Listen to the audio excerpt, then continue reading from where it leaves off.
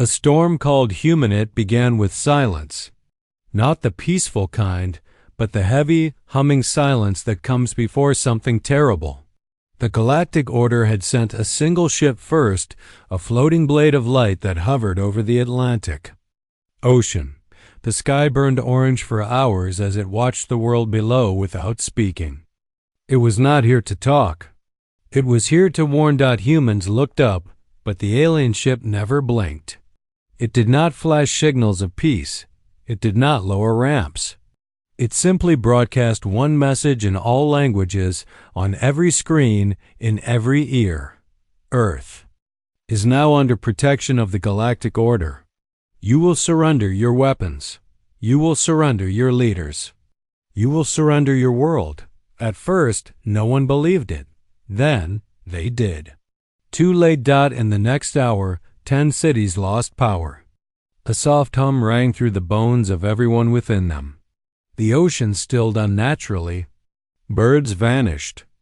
Even the wolves in the north stopped howling. The United Earth Council, a group of patched-together leaders from the fractured continents, gathered deep inside an underground shelter called Blackridge 1. The room was thick with the heat of tension. Generals, scientists, presidents, and prime ministers sat around a circular steel table. And in one corner, ignored, was a single man. His name was Elian Kore. He wore no uniform. No title sat beside him. His clothes were simple, a worn gray jacket and boots covered in red sand from somewhere dry. He was not a politician. He wasn't even officially part of the council. But they had brought him in for one reason, because he was the only one. The alien ambassador had asked for by name. No one knew why. "Why you?" the American president asked. She leaned forward, her face pale, voice quiet. "Why would they ask for you?" Elian didn't look at her. His fingers traced the rim of his cup of cold coffee. His voice, when it came, was low and tired. I think they've seen what I did on Ganymede." The room froze. Ganymede, the battle no one spoke of. The rescue that was buried in classified files. The report said he had saved 23 human miners from a cave-in during the Saturn quake storms. But some whispers the military never confirmed, said he had done more than that. Something strange. Something ... not human. "Is it true you walked through fire that day?" asked a young diplomat from Kenya. Her voice was soft but curious. Elian looked up, and for a moment the lights above flickered. No one else noticed. "I didn't walk through fire," he said. "I told the fire to move." A chill passed through the room. They didn't know what to do with him. He wasn't a soldier. He wasn't a scientist. And yet, something in him made the alien stop and say, "Bring us." Elian Kore. Outside, the world was falling apart. Panic swept through nations like wildfire. Banks collapsed. Planes were grounded. Religious leaders cried out for divine answers. People knelt and screamed and fought in the streets. But in that room, one question held them all hostage. Why Elian Kore? And then, as if summoned, the alien ambassador arrived. She stepped into the room without a sound. No door opened. No air shifted. She was simply there, tall, glowing. Her skin shimmered like liquid pearl. Her eyes were deep black pools with stars trapped inside. She wore no weapons. But every person in that room felt like they were being pulled apart and studied. She looked directly at Elian. "We offered peace," she said. Her voice echoed like a chorus. "But peace is no longer an option. Your world has chosen resistance. We demand your full and unconditional surrender." Elian stood slowly. His voice was quiet, but each word struck the room like a hammer. "You don't understand what Earth is." The alien tilted her head. "We understand your wars, your chaos, your violence. We understand your weakness." Elian took a step forward. Something in the air changed. The walls seemed to breathe. The shadows grew longer, and a strange, soft light glowed behind Elian's eyes. "No," he said. "You understand our mistakes, not our strength." The alien's face remained calm. "You will submit, or you will be erased." Elian looked at the other humans in the room. Some were shaking. Others looked broken. None had answers. Then he turned to the alien and said the words that would burn across every screen on Earth within minutes. "We are not afraid of erasure. We are afraid of forgetting who we are, and who we are is not yours to claim." The alien blinked. For the first time, she seemed uncertain. Ian walked past her. He did not touch her. But as he moved, her form flickered like something static and glitching. "Tell your council," he said, his back turned to her. "Earth will not surrender." And just like that, the room shook. A distant boom echoed through the floor. Someone screamed. From the Blackridge monitors, a satellite feed appeared. Above Beijing, a second alien ship had arrived, but this one wasn't hovering. It was charging a beam. Elian stood at the center of the room, eyes wide open, arms by his side. The air around him began to shimmer. The lights exploded, and something inside him woke up. The thing inside Elian, the lights went out, but Elian still glowed, not with fire, not with electricity, but something older, something deep. His eyes didn't shine. They burned, soft and steady, like the last coal at the heart of a dying fire refusing to die. No one in the room moved. They couldn't. Every hair on their bodies stood straight. Their skin tingled like it was too close to lightning. Someone whispered, "What is he?" Outside, the second alien ship opened its weapon hatch. The sky split. With a blinding red streak, it wasn't a beam.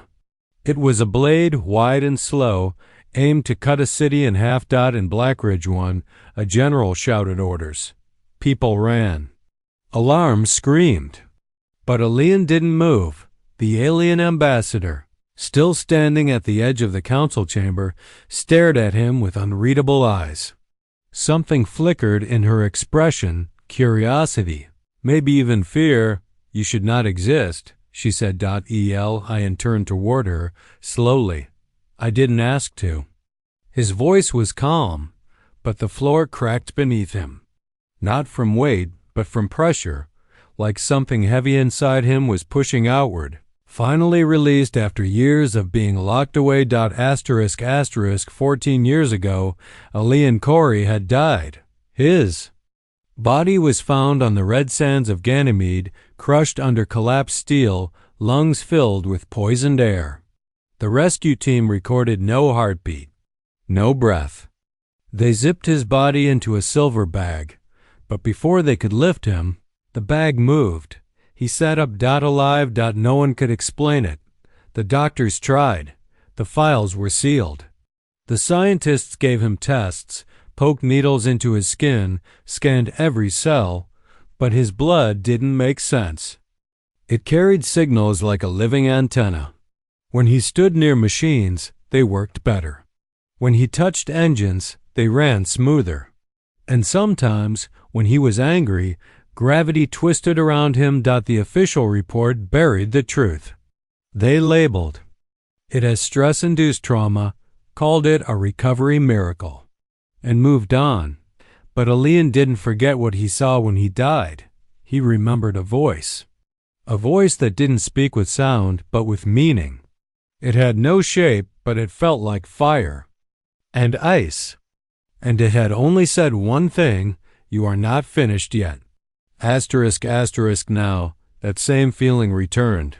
The room pulsed with it. His bones hummed like tuning forks.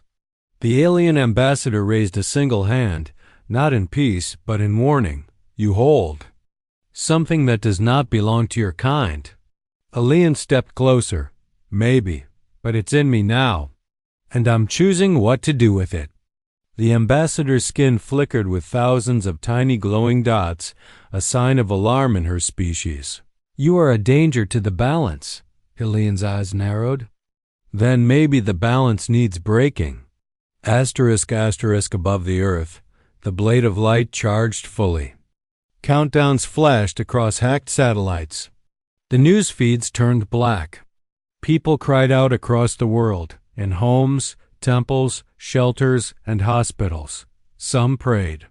Others cursed, and one man, just one, walked outside into the open air, emerged from Blackridge's hidden exit as the storm of wind and dust swirled around him. His coat flapped like torn wings. The second alien ship saw him.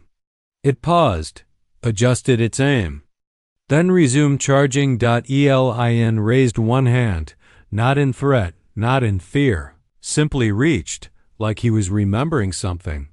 His fingertips brushed the air, and the beam stopped. The blade of red light, thick as a mountain and hot enough to slice steel cities, simply froze mid-sky. Not a sound. Not a hum. The entire planet gasped. Camera zoomed in. Feeds reactivated. Millions watched. Elian closed his eyes. The blade shook. And then, with one step forward, he pulled it. Not with machines. With will. The energy beam twisted, curved, turned, like a river bent by invisible hands. It spun above him in a giant red arc and slammed back into the alien ship that had fired it. The ship exploded. No sound reached the earth, but the flash lit the sky from horizon to horizon. Asterisk in the silence that followed, Elian stood alone. The ground around him was blackened, glassed, nothing but ash, but he was untouched. His breathing slowed. From the shadows behind, the alien ambassador stepped forward once more. Her voice had changed, quieter now, less certain. You are one of us, she said, but you were not meant to wake. Elian didn't look back. I was meant to protect. The other orders will come. Let them. Asterisk inside Blackridge, the council erupted in chaos. Some demanded his capture. Others begged for his help. A few whispered that he might be Earth's greatest threat. But Elian walked past them all, silent, steady. He didn't answer to fear. Not anymore. And as he walked through the cracked halls and into the ruined light, the sky above began to change. Stars shifted. Patterns turned. Something in the galaxy had noticed. Something far older than the galactic order. And it was watching him now. The Watcher's awakened sky didn't return to normal. After Elian Corey turned the alien weapon against its own ship. The clouds above the earth held strange shapes. Streaks of light hung motionless for hours, like someone had pressed pause on the sky. Satellites captured unknown signals pulsing from deep space. Not words, not code, but something alive. Something old. In hidden bunkers and ruined city towers, humans stared upward. For the first time in history, the whole planet held its breath together, and far beyond the edge of the solar system, something else began to move. Asterisk 3 days passed. The galactic order did not speak. Again. Not a single message, not a single ship. They didn't retreat. They paused. Like someone who just touched fire for the first time. Deep inside Blackridge 1, the human council gathered again. The room looked different now. Half the screens were shattered from the energy pulse that had followed Elian's act. Cables hung from the ceiling like vines. Maps of global unrest blinked on and off. Elian sat quietly in a metal chair in the far corner. No one spoke to him. They were afraid to. General Vassal, an old war veteran from Eastern Europe, stood with his fists on the table. His voice was low, but sharp. We have 3 choices: surrender, stall, or prepare for extinction. You saw what Elian did, said the diplomat from Brazil. Is extinction even possible anymore? We don't know what he is. He's human. No, said the general. He's not anymore. Elian finally raised his head. His voice was steady, not angry, but heavy like stone. I never stopped being human. I just became ... more. The council fell quiet. Again, you think we should fight, said the British envoy. You think we can win? Elian nodded slowly. Not with weapons. Not with power. But with something they don't expect. Which is? Elian stood, grief. Asterisk, asterisk, he left the council chambers and stepped into the cold steel halls of Blackridge. Memories came flooding back with each echoing footstep. He remembered being 12, hiding in a shelter during the last resource war. Remembered watching his mother give her blanket to a stranger. Remembered holding her hand when the ceiling collapsed. Remembered her last words, "Never stop helping people, even if it hurts." He never forgot, and maybe. That was the difference. Maybe. What had awakened inside him wasn't alien. Maybe it was human pain held too long in silence. Asterisk, asterisk, that night. Something new appeared in the skies. Not a ship. A hole. A dark circle opened beyond the moon. It didn't move, didn't shine. It simply was. Telescopes from across the world pointed at it. It wasn't a wormhole. It wasn't a black hole. It was something else, something watching. They called it the Eye, and it was staring directly at Earth. Scientists argued. Military leaders panicked. But Elian stood at the edge of a canyon and whispered to the sky, "You're not from the Order." And the Eye blinked. Asterisk, asterisk, the next morning, 5 ships entered the solar system. These weren't sleek or glowing like the Galactic Order's vessels. They were rough, ancient, carved with symbols no one could read. Each one was bigger than Earth's largest cities. The Watchers had arrived. Asterisk, asterisk, in a temple deep in the mountains of Tibet.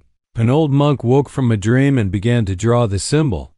He saw in his sleep the same symbol glowing faintly on Elian's skin when the energy pulsed through him. In Africa, a boy with no voice sang in a language no one had heard before. In the oceans, whales changed their migration patterns. And on Mars, an abandoned listening post began transmitting on its own. The Watchers weren't coming to conquer. Were coming to see what the human had become. Asterisk, asterisk, Blackridge 1 trembled with fear. "They've sent reinforcements," shouted one official. "No," said Elian. "They've sent witnesses. To what? To our decision?" Asterisk, asterisk, humanity had always seen itself as small. But now the galaxy watched. Not with hatred. Not with mercy. Just with interest. Elian understood it now. This was not a war. It was a test. And rage wasn't enough. Asterisk, asterisk, he walked into the old launch hangar behind Blackridge. Dust covered the forgotten crafts. Faded flags hung limp. He stood before an old suit of armor, one built for deep space survival, never used. He placed his hand on the chest plate. And the suit, HUMMED. Woke up. Asterisk, asterisk, a quiet voice echoed behind him. It was the alien ambassador. She had not left. Not really. She stood now like a ghost behind him. "If you step forward, you will no longer be one of them," she said. "You will lose everything." Elian looked over his shoulder. "No," he said. "I will finally be one of them." And the suit opened. Asterisk, asterisk, the human who had stopped a starblade now stepped into a machine meant for survival, for endurance, for reaching beyond. But this time, the suit didn't just protect him, it responded to him. The lights inside pulsed. To his breath. The metal flowed like water. The galaxy had asked for Earth's surrender. It would now receive something far more dangerous. It would receive a choice. Asterisk, asterisk, because Elian Corey wasn't just human anymore. He was what humanity became when pushed past the edge, not into rage, but into purpose. We do not kneel. Stars above Earth were no longer quiet. After the Watchers arrived, the night sky flickered with soft glows and quiet pulses, as if the universe was whispering to itself. Every few minutes, One of the ancient ships shifted slightly.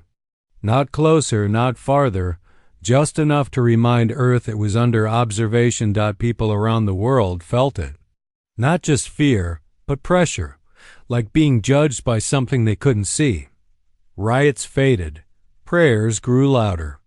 Artists painted things they didn't understand. And in dreams, people saw the same image, a man standing in fire, not burning. elinkore. Deep beneath Blackridge, engineers worked nonstop to upgrade the old suit he had found.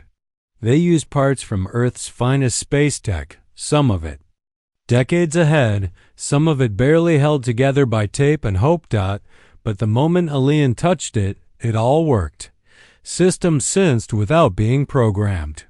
Energy cells charged without power. The suit didn't just fit him, it shaped itself around him like it had been waiting. Even the lead engineer, a gruff woman named Sarah Liu, whispered to herself, "This thing's alive." But it wasn't the suit. It was elian. Meanwhile, across the stars, the galactic order finally responded. Not with words. With force. A new fleet appeared just beyond Saturn. 100 ships, sleek and blinding, moving as one. They weren't designed for conquest. They were designed to erase. They were called the Silencers, and they didn't negotiate. They targeted Earth satellites first. In under 20 minutes, the sky was blind. Global systems crashed. Communications went dark. Panic returned like a flood. The Council in Blackridge barely held it together. "They're cutting us off," said General Vassal, making sure no one sees what happens next. "They want to erase us quietly," whispered Sarah, "so the galaxy won't question it." Elian stood at the edge of the war room, silent, watching the red markers blink across the digital map. He didn't blink. Didn't flinch. He turned to the Council. "They want submission," he said. "Not because they fear war, but because they fear what happens if Earth refuses." Outside, the people of Earth didn't run. They looked up, stood still. They saw the lights falling, the signs of systems collapsing, and they didn't hide. Instead, in parks and on rooftops, they held hands, sang songs, lit candles. Not in protest. Not in surrender.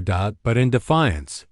Because something in Elian's stand had spread. Like fire. The galaxy had asked Earth to kneel. And Earth had stood up. In one corner of the Himalayas, an old signal tower, long abandoned, suddenly powered up. It wasn't plugged into anything, but it began to transmit. A message, in pulses. Not from Earth. Not from the order. From the Watchers. A single line. "We see you." When the Silencers crossed Jupiter's orbit, Elian stepped onto the launch platform. The suit wrapped around him in full. Wings of light stretched from his back, not for flight, but for stability in the vacuum. Inside the helmet, his breath was calm. The suit read his body like a second skin. His heartbeat matched the suit's core pulse. Dum.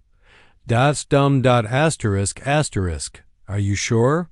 Sarah Liu asked him one last time. "If you leave, we don't know if you can come back." Elian nodded. "I'm not leaving to escape. I'm leaving to speak." He launched. The platform shook. The ground beneath. Blackridge split, and a column of light screamed into the stars. People around the world saw it. A burning spear racing upward. Some dropped to their knees. Others raised their fists. As Elian neared the Silence Fleet, his suit reacted again. Symbols glowed across the arms and chest. Not human, not alien.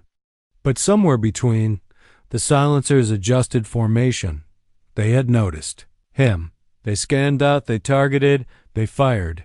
3 beams of pure white light tore through the vacuum, but they never reached him. Each one bent, in mid-space as if reality itself refused to harm him. And then he spoke. His voice was sent through every system, every channel the silencers were using. I am elian Corey, human, and more. You came to erase us, but we are not ink. We are fire. Asterisk asterisk his suit lit up. Not from power. From memory. The pain he carried. Mother's last breath. The miners he saved. The soldiers he held. While they died, the strangers he couldn't save, he turned all of it, all of that pain into force. Push. Not with fists. Not with guns. But with presence. Asterisk asterisk the first silencer. Ship exploded without being touched. The second cracked in half from pressure. The third simply vanished. The fleet paused. Some turned away. Some trembled. Some tried to speak. And the watchers, still silent, blinked again. Asterisk asterisk on Earth. The people saw the light in the sky shift. They knew. He hadn't. Not yet. But he had refused to kneel. And that refusal was the beginning of something far bigger. Asterisk asterisk. Because somewhere deep in the core of the universe, a forgotten race. A sleeping mind, something older than stars, opened its eyes and whispered. One of them woke up. The first to kneel space-bent, not metaphorically, not poetically. Physically. Around elian Corey. The silence fleet broke apart like dust meeting a windstorm. Beams that once sliced through moons cracked into sparks. Ships designed to erase civilizations trembled before a single figure wrapped in a suit that pulsed with memory, with pain, with love, with loss. But elian did not chase them. He waited. He wasn't here to destroy. Was here to prove? Asterisk asterisk the watchers had not moved. They hovered in perfect stillness. Giant shapes of stone and light, like ancient gods too tired to rule but still curious to watch. Their presence pressed against every orbit, every signal, every mind tuned to deep space. They hadn't spoken. Until now. Asterisk asterisk a voice, not heard but felt, echoed across every living human's chest. You were not expected to rise. Elian's eyes opened inside the suit. The stars stretched and twisted in his reflection. He didn't answer with words. Instead, he opened his hand. A small light formed above his palm, not fire, not tech, but memory. The moment his mother gave her blanket to a dying stranger. Her whisper, even when it hurts. The watchers saw it. And something shifted. Asterisk asterisk meanwhile, on Earth, everything changed. In cities across the globe. Tokyo, Lagos, Buenos Aires, Oslo. The skies above turned white for 7 seconds. And then, rain. But not normal rain. Every droplet shimmered with soft light. People who touched it felt warmth. Not heat, comfort. An aching inside the chest, like being seen for the first time. Some cried. Some laughed. Some simply stood still, letting it soak them. The watchers were not testing Earth anymore. They were listening. Asterisk asterisk. But not all were pleased. From the edge of the Andromeda void came a signal wrapped in venom. The message was clear. One human does not speak for the species. The Diraxian Hive, one of the oldest galactic war factions, had arrived. They were not graceful like the Watchers. They were a swarm. Millions of ships. No shape. No mercy. They consumed. They cleansed. Asterisk asterisk the galactic order. Silent since the failure of their silencers, responded to the Hive with unease. This is not authorized. But the Hive did not obey. They had not joined the order out of respect. They had joined to control it. Asterisk asterisk and now they moved toward Earth, a tide of teeth and steel, flooding toward the small blue world. But before they could cross the inner ring of Mars, a single figure blocked their path. Elian Corey. His body floated between the planet and the swarm, arms at his side, eyes closed. He opened them. And space bent again. Asterisk, asterisk, this is not your place, he said. His voice carried, not through waves, but through meaning. The hive laughed, a clicking, crushing sound across every signal. You are one. We are all. Elian looked past them. To the stars. To the billions watching from planets. Shelters, homes, caves, towers. And he whispered, then let them all see. Asterisk, asterisk, what happened next was not war.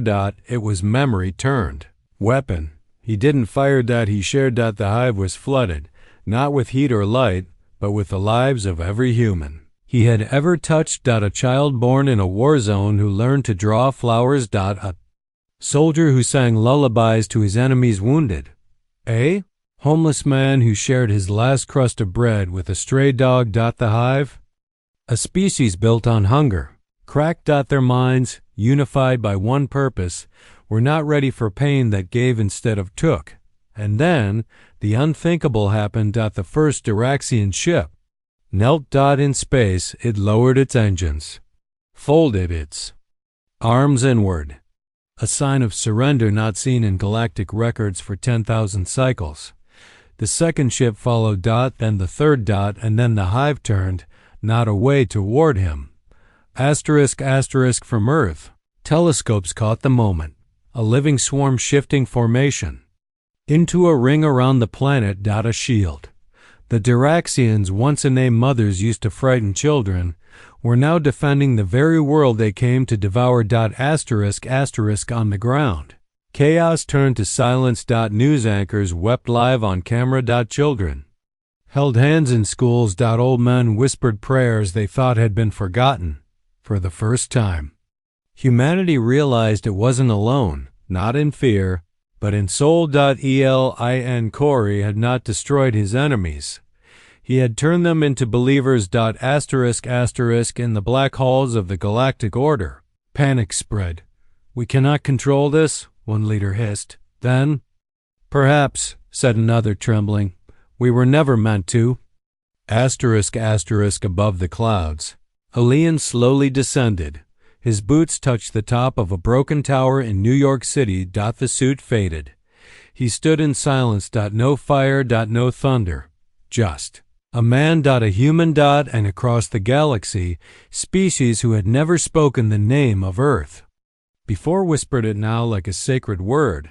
Asterisk, asterisk. But Elian knew the truth. This was not peace. This was the first crack. Because something else had noticed. Something that did not care for pain or purpose or peace. Something beneath all galaxies. Older than the Watchers. Colder than the hive. And it had started to move. What waits beneath the stars? For a moment, the galaxy breathed. After Elian Corey turned the Diraxian hive from devourers to defenders, after the Watchers blinked in silent approval, after the people of Earth stood tall under the weight of 1,000 alien eyes, there was stillness. But deep in the silence between galaxies, beneath where even light dares to travel, something ancient and endless opened its eyes. Not with curiosity, not with judgment. But with hunger. Asterisk, asterisk, on Earth. People tried to believe peace had come. Villages rebuilt. Skies cleared. Leaders stood in front of cameras with hopeful words and careful smiles, but Elian knew better. He felt it. Not in his mind, not in his skin, but beneath both. In the deep place where memory becomes instinct. A whisper, a chill that wasn't wind. A sense that something terrible had just woken up. Asterisk, asterisk, he was standing at the edge of the Arctic Circle when the first sign arrived. The sky turned black at noon. Not dark. Black. Stars vanished. Not covered, but erased. The auroras stopped dancing. Birds fled the continent. And above the frozen mountains, a spiral opened. Not a portal, not a rift. A wound. Asterisk, asterisk, back in Blackridge, alarm screamed. Satellites crashed. Readings failed. Sarah Liu slammed her fist on the console. We don't have any data. It's not a signal. It's nothing. How can nothing trigger sensors? Someone asked. Because it's eating the data. Elian arrived at Blackridge within the hour, not by ship. Not by flight. He appeared. The air shimmered, and there. He was, eyes darker, suit reformed, shoulders heavier. But when he spoke, his voice was calm. It's not from this galaxy. The council stared. What is it?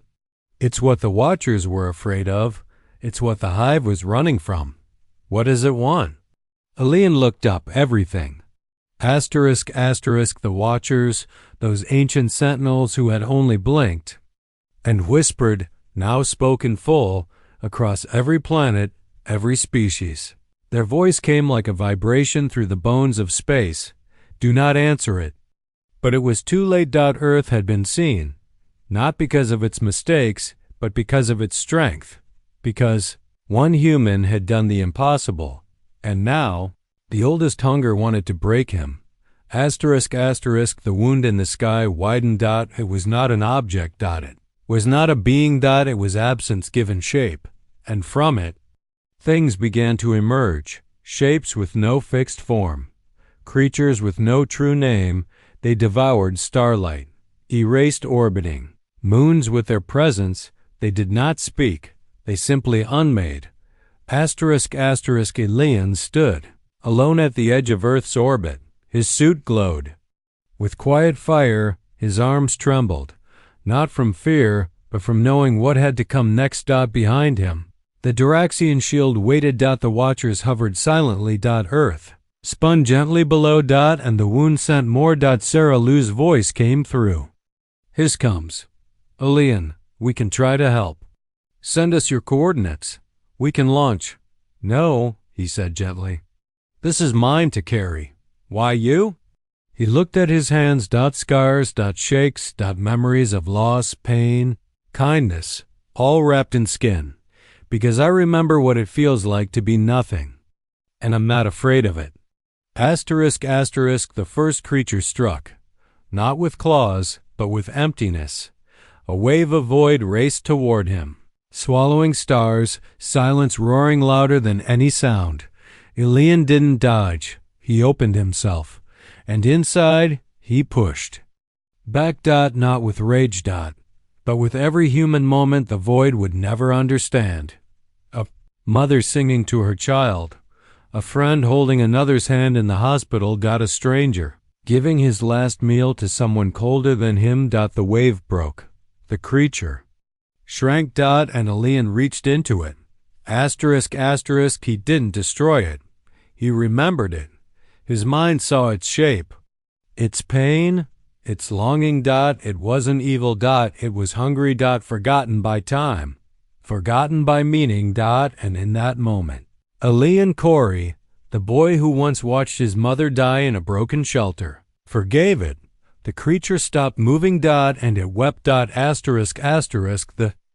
wound hissed. Dozens more came. Eli embraced himself. This time, he couldn't reach each one, but he didn't have to, because behind him, lights flared. A Diraxian warrior stepped forward. We defend our teacher. Then a Watcher moved.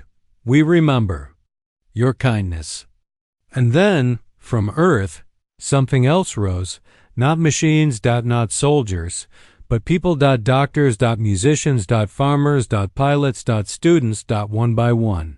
Voices rose from the planet, not with weapons but with songs, stories, laughter. Humanity had awakened to its strength. And the void, the endless hunger, began to hesitate, because what it faced now was not a man, not a planet, but a species that had remembered who they were. Elian Corey stood in the heart of the darkness and whispered 3 words, you are seen, and the wound. Close. Not with violence. With understanding. The creature stopped.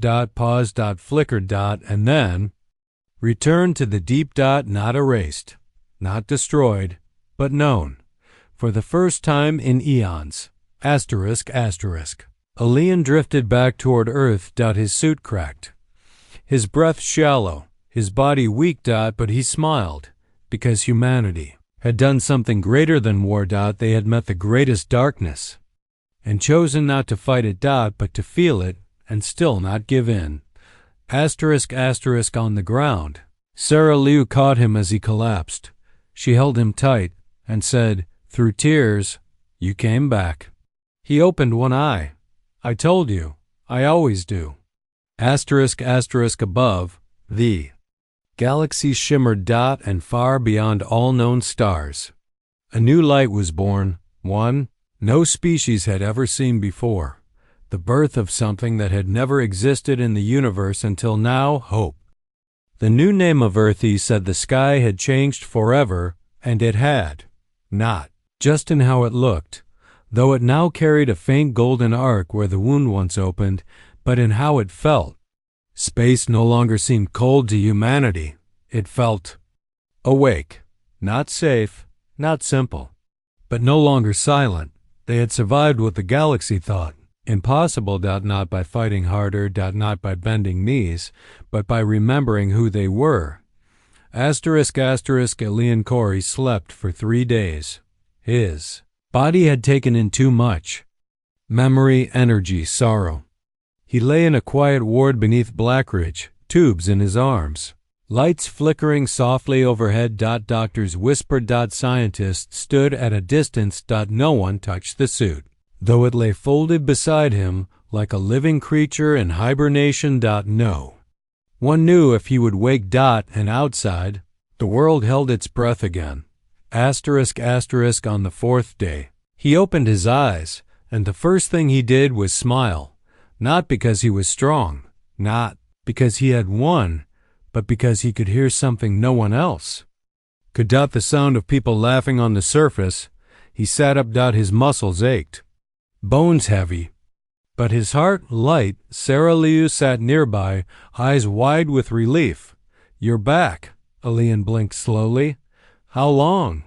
"Long enough for the whole world to start asking what comes next." *** What came next? Wasn't war. It was gathering, the fathering.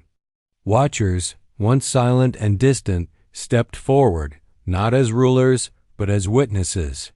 They offered a seat at the table no human had ever seen, not out of pity, not out of fear, but out of respect. *** At the heart of the galaxy, in a station older than stars, the galactic core convened. Alien races from 1,000 systems sat in silence as a single human walked forward. No crown. No armor. No weapons.